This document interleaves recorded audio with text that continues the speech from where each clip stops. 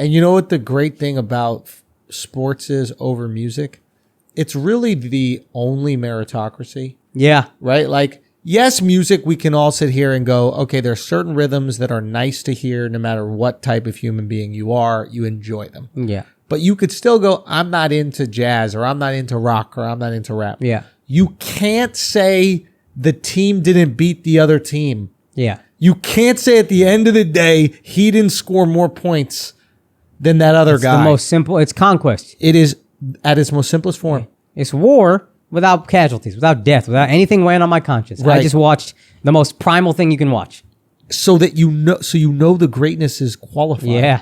You can't qualify musical greatness. Yeah. We could sit here and go, Jay-Z's the greatest rapper ever. There's somebody out there who does not like the way Jay-Z raps. You can actually specifically quantify their greatness. You can't, exactly. There's actual numbers. Without a doubt. This team is greater. It's like, even with, and I want to put stand-up out there, right?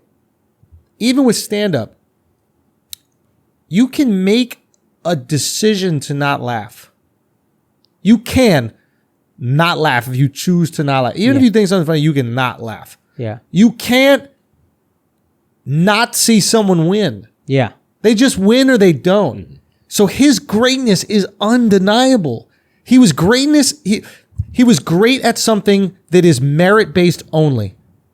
That is greatness in its truest form.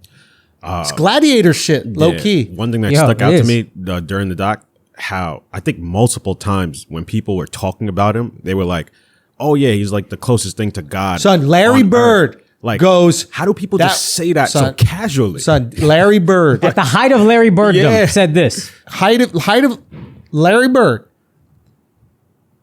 from Indiana, Christian Indiana. Oh yeah. Wow. Okay. I wasn't watching Michael Jordan out there. I was watching God disguised Yeah, that's as him. crazy. Like, even the most genius people today just compare themselves to other geniuses. Nobody says, "Oh, I'm on God level." Yeah. Like, nobody's like, Jordan was the only person people spoke about like that. Son, it's That's so true. nuts.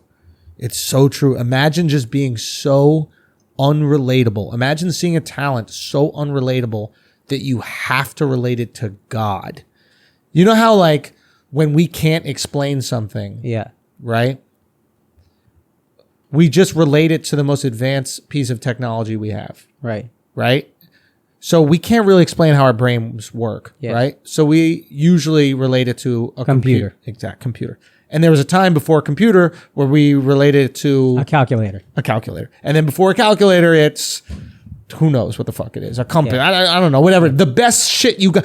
An engine. Yeah. For A runner. exactly. It was like an engine for a car. Your Yeah. brain is like the engine to a car. Like Yeah. Oh, okay, yeah. right. But you're relating it to things that exist. The guy saw a skill that was so amazing. And he goes, "There's nothing on the planet I can relate this to.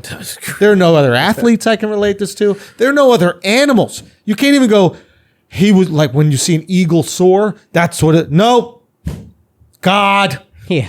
It's God." And that's still my favorite Jordan highlight is that game, the through the legs twice and then finish. It's just like, And the that D was was just so pretty casual. good. So casual. Pop, pop, so fast. And then he finishes.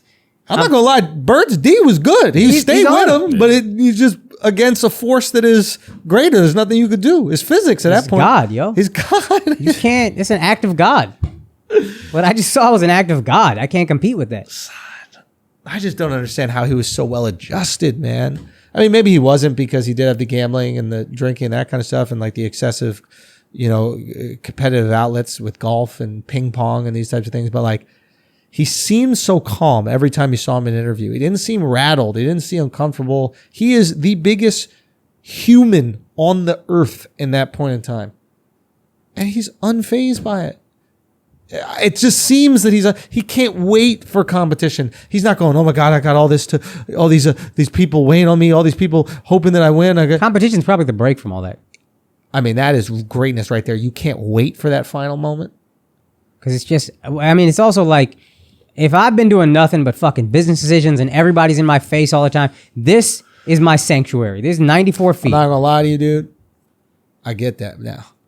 Like, People ask me like if I'm nervous to go on stage before shows sometimes. The busier I am and the more fucked up shit I got going on in my life, I can't wait to be on stage. Yeah. Because I know that being on stage requires such a singular focus.